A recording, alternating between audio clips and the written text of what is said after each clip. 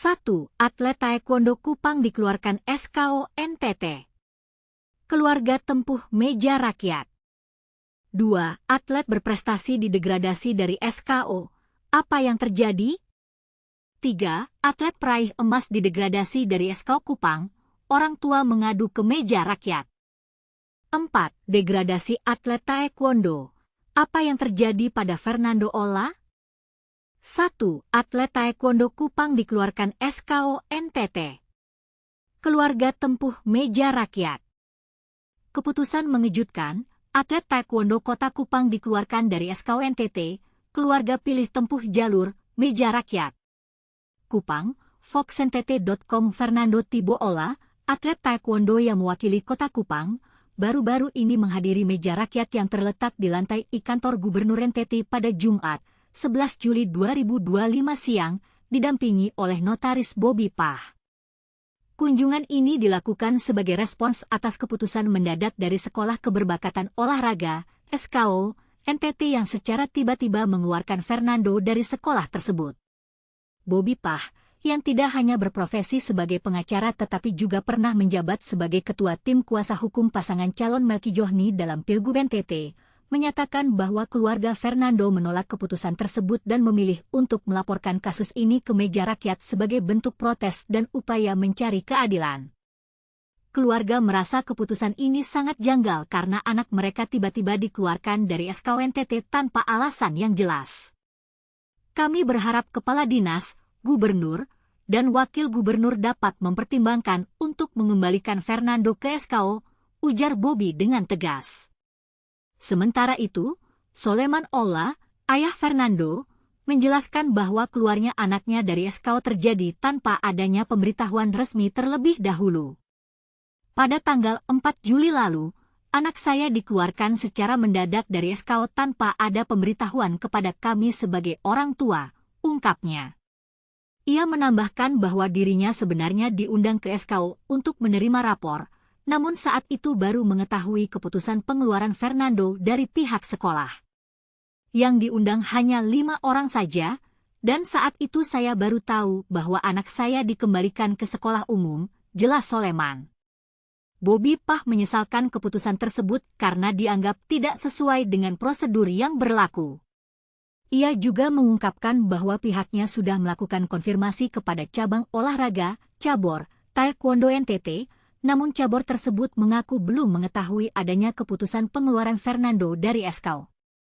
Kami sudah mengonfirmasi ke cabur Taekwondo NTT terkait pengeluaran Fernando ini, tapi menurut pimpinan cabur, mereka belum mendapatkan informasi resmi.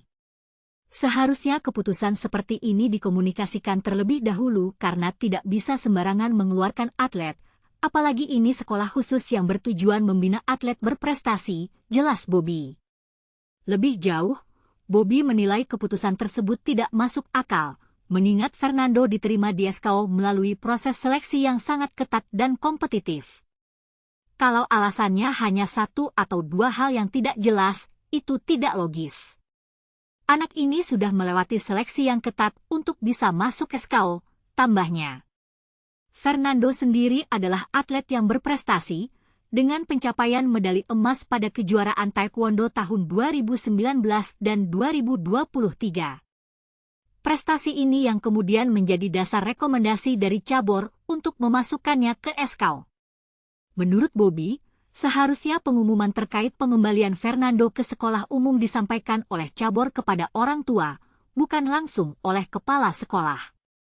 Orang tua diundang untuk menerima rapor, lalu diberitahu bahwa anaknya dikembalikan untuk melanjutkan pendidikan di sekolah umum, ujarnya. Bobby menegaskan bahwa keluarga tidak mempermasalahkan pengeluaran Fernando dari SKO jika memang dilakukan sesuai dengan aturan dan prosedur yang berlaku. Sebenarnya tidak masalah jika prosedurnya jelas dan transparan. Sepengetahuan kami, jika sekolah ingin mendiskualifikasi atau menurunkan status atlet, harus ada rapat bersama cabur terlebih dahulu, pungkasnya. Dan inilah bagian yang sering terlewatkan oleh banyak orang, apakah keputusan sepihak seperti ini mencerminkan transparansi dan keadilan dalam pembinaan atlet muda? Apakah sudah saatnya ada mekanisme yang lebih terbuka dan partisipatif dalam pengambilan keputusan di institusi olahraga? Bagaimana menurut Anda? Apakah Anda setuju dengan langkah keluarga Fernando yang memilih jalur meja rakyat, ataukah Anda melihat ada sisi lain dari cerita ini? Jangan ragu untuk berbagi pendapat Anda di kolom komentar di bawah ini. Penulis, Ronis Natong. 2. Atlet berprestasi didegradasi dari SKO. Apa yang terjadi? Pembenaran atau ketidakadilan? Atlet juara diusir dari sekolah prestasi, mantan penasihat hukum Melki Johni angkat suara di meja rakyat. Kupang, Kain Yerak Almodat Bobi Lexpah, mantan ketua tim hukum Melki Johni yang akrab disapa Bobi Pah, mendatangi meja rakyat di kantor Gubernur NTT pada Jumat pagi, 11 Juli 2025.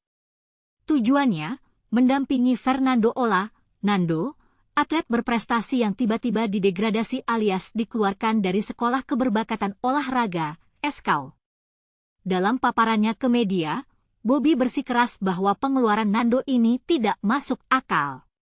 Alasannya? Penyebab degradasi sama sekali tidak terkait dengan prestasi olahraganya. Padahal, Nando punya track record gemilang, meraih medali emas di Kejurda Blue tahun 2019 dan kembali menyumbang emas tingkat provinsi saat mewakili Kota Kupang tahun 2023. Atas dasar prestasi inilah, pengurus Provinsi Taekwondo Indonesia NTT merekomendasikannya masuk ke SKO pada 2024. Tapi inilah yang bikin banyak orang geram. Setahun berselang, tepatnya 4 Juli 2025, orang tua Nando tiba-tiba dipanggil sekolah. Mereka bukan hanya menerima rapor, tapi juga surat pengumuman degradasi. Bobi dan keluarga menolak keras keputusan ini. Mereka menuding SKO melanggar prosedur. Sekolah ini lupa bahwa cabang olahraga, cabur, lah yang menitipkan Nando ke SKO, tegas Bobi di depan Gubernur NTT. Seharusnya, pemberhentian disampaikan dulu oleh cabur ke orang tua, bukan kepala sekolah langsung memberi surat. Mekanismenya salah total. Dan ini yang sering diabaikan, Bobi juga menyerang kebijakan inti SKO. Menurutnya, sekolah justru wajib mempertahankan bibit unggul seperti Nando, apalagi untuk persiapan PON 2028. Kalau ada kekurangan akademik, tugas sekolah memperbaikinya, bukan malah mengusir, tegasnya. Melalui meja rakyat, Bobi pun memohon kebijaksanaan gubernur dan wakil gubernur NTT agar Nando bisa kembali ke SKO. Tapi, Kepala SKO Hieronymus Pati punya cerita berbeda. Saat dikonfirmasi media, ia mengaku telah mendegradasi 5 siswa, termasuk Nando dan 1 atlet kriket karena masalah akademik, plus 2 atlet sepak bola dan 1 lainnya karena alasan kesehatan. Keputusan ini, klaimnya, berdasarkan evaluasi ketat tiap 3 bulan, triwulan, dengan 3 jenis rapor, akademik, olahraga, dan rapor pintar, perilaku. Hasil evaluasi beberapa triwulan menunjukkan Nando tidak memberi catatan prestasi memadai, ujar Hieronymus. Kontroversi besar di sini, sekolah menegaskan ini bukan drop out, tapi hanya memfasilitasi pindah ke sekolah reguler sambil menggantinya dengan atlet baru. Alasannya? Kuota SKO sangat terbatas demi menyiapkan atlet PON 2028. Nah, di titik inilah kita harus bertanya, apakah sistem evaluasi 3 rapor ini adil untuk atlet berbakat? Atau jangan-jangan, SKO justru mengkhianati misinya sendiri dengan mengorbankan juara demi standar akademik kaku? Bagaimana pendapatmu? Keputusan SKO sudah tepat atau bentuk kegagalan sistem? Bagikan pandanganmu di komentar. 3. Atlet peraih emas didegradasi dari SKO Kupang, orang tua mengadu ke meja rakyat. SKO Kupang terlibat dalam kontroversi serius yang memicu keresahan warga. Fernando Tibo Ola, atlet taekwondo pemenang medali emas, tiba-tiba didegradasi dari program pembinaan Sekolah Keberbakatan Olahraga, SKO, Floba Morata. Orang tuanya, Soleman Ola, yang didampingi tokoh olahraga Bobi Pah, langsung melapor ke meja rakyat di kantor Gubernur NTT. apa yang sebenarnya terjadi. Bobby Pah mengungkapkan kejanggalan dalam proses degradasi ini. Fernando yang lolos seleksi dan memiliki prestasi cemerlang, mendadak diberhentikan saat pengambilan rapor tanpa pemberitahuan resmi. Menurut Bobby, cabang olahraga taekwondo pun tidak diberitahu tentang keputusan ini. Ini bukan soal sekadar satu siswa. Jika prosedur tidak transparan, kepercayaan publik akan sistem pembinaan atlet bisa hancur berantakan, ujarnya dengan tegas. Tapi di sini kontroversi semakin memanas. Bobby menyoroti pentingnya rapat bersama antara pihak sekolah dan cabang olahraga terkait sebelum memutuskan degradasi. Kita sedang mempersiapkan diri menuju PON 2028. Keputusan semacam ini harus melibatkan semua pihak, bukan sekadar keputusan sepihak, tambahnya. Ia menyerukan Gubernur NTT Emmanuel Melquiades Lakalena dan Wakil Gubernur Jani Asadoma untuk meninjau ulang keputusan ini. SKO Kupang, ini hasil evaluasi objektif. Kepala SKO Hieronymus Pati membela keputusan tersebut. Menurutnya, degradasi Fernando bukanlah tindakan impulsif, melainkan hasil evaluasi menyeluruh yang melibatkan 5 atlet dari cabang olahraga berbeda, termasuk kriket, sepak bola, pencaksilat, dan wushu. Kami memiliki sistem evaluasi yang ketat. Setiap tahun peserta dinilai dari 3 aspek, akademik, prestasi olahraga, dan perkembangan karakter disiplin, jelas Hieronymus. Semua siswa juga menandatangani komitmen bersama orang tua di atas materai, yang menjadi dasar penilaian. Status, degradasi, dibedakan dari pengeluaran. Hieronymus menegaskan bahwa degradasi bukan berarti peserta dikeluarkan dari pendidikan. Pindahan ke sekolah reguler tetap diizinkan, asalkan mereka tetap menyelesaikan pendidikan secara formal. Fernando masih aktif belajar, hanya pembinaan olahraganya yang dihentikan karena stagnasi prestasi, katanya. Orang tua dan dinas pendidikan sudah disampaikan dokumen evaluasi lengkap. Kami berharap masyarakat memahami bahwa langkah ini diambil untuk menjaga kualitas pembinaan atlet, bukan menghancurkan karir mereka, ucap Hieronymus. Apa yang bisa belajar dari kasus ini? Kontroversi ini menyoroti 2 perspektif bertentangan. 1. Transparansi versus efisiensi birokrasi. Apakah prosedur evaluasi menyeluruh harus selalu disertai keterlibatan cabang olahraga terkait? 2. Keadilan individu versus kepentingan institusi. Bagaimana menyeimbangkan kebutuhan pembinaan atlet elit dengan hak individu yang dinilai stagnan? Pertanyaan penting untuk dibahas. Apakah sistem evaluasi berbasis komitmen ini adil bagi semua peserta? Bagaimana masa depan atlet seperti Fernando yang dianggap tidak memenuhi standar? Apakah pembinaan olahraga harus mengutamakan potensi individu atau keterbatasan anggaran pendidikan? Bagaimana pendapat Anda? Setuju atau menolak sistem evaluasi SKO Kupang? Berikan pendapat Anda di kolom komentar. 4.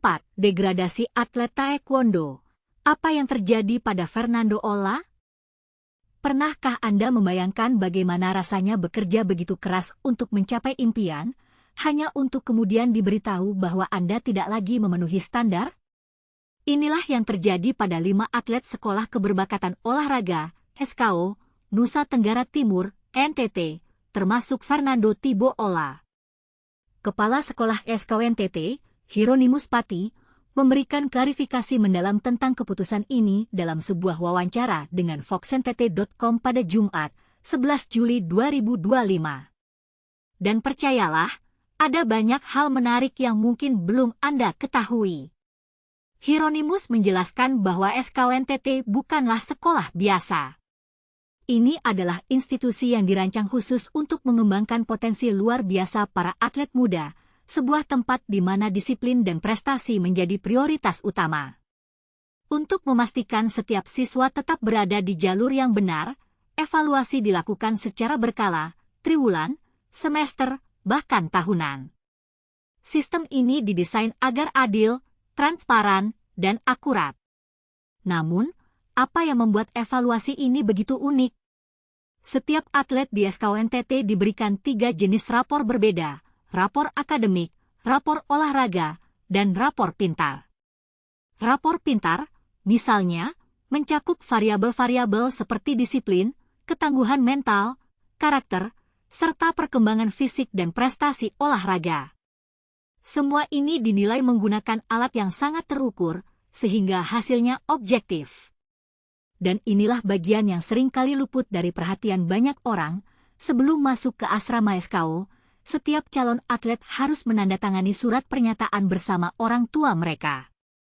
Surat ini mencakup sekitar 20 poin penting yang menjadi komitmen awal mereka. Misalnya anak Fernando ini, kata Hieronymus, dia sudah menandatangani pernyataan di atas meterai bersama orang tuanya sebelum bergabung. Evaluasi terakhir yang dilaksanakan pada 4 Juli 2025 menghasilkan keputusan kontroversial, 5 atlet, termasuk Fernando Ola, didegradasi atau dikeluarkan dari SKO. Menurut Hieronymus, keputusan ini bukanlah sesuatu yang diambil dengan ringan. Bukan hanya Fernando, tapi ada 5 anak yang kami keluarkan, ujarnya. Penurunan performa dalam latihan, prestasi, hingga sikap menjadi faktor penentu. Tapi disinilah cerita menjadi lebih kompleks. Apakah keputusan ini adil bagi para atlet yang sudah bekerja keras selama bertahun-tahun? Bagaimana jika mereka memiliki kendala tertentu yang tidak terlihat oleh evaluasi formal? Pertanyaan-pertanyaan ini patut kita renungkan bersama. Hieronymus juga menekankan bahwa SKO memiliki tanggung jawab besar untuk mempersiapkan atlet unggulan guna menyambut Pekan Olahraga Nasional, PON 2028 di mana NTT akan menjadi tuan rumah. Oleh karena itu, ia meminta semua pihak mendukung mekanisme yang berlaku. Kalau anak kurang berprestasi lalu ditampung di sini maka kami juga tidak mau, tambahnya. Untuk mengisi kekosongan yang ditinggalkan oleh para atlet yang didegradasi, SKO membuka 2 jalur rekrutmen baru, melalui analisis kelas tanding dan rekrutmen umum. Proses seleksi ini melibatkan instruktur profesional dan hasil telescouting untuk memastikan bahwa hanya atlet terbaik yang bergabung. Namun, apakah sistem ini benar-benar sempurna? Atau justru ada celah yang bisa dieksploitasi? Misalnya, bagaimana jika seorang atlet memiliki potensi besar namun sedang mengalami masa sulit? Apakah evaluasi yang sangat terstruktur ini cukup fleksibel untuk mengakomodasi situasi seperti itu? Penulis artikel ini, Ronis Natom, mengundang pembaca untuk berbagi pendapat mereka. Apakah Anda setuju dengan pendekatan SKO yang begitu ketat? Atau menurut Anda ada cara lain yang lebih manusiawi? Mari diskusikan di kolom komentar.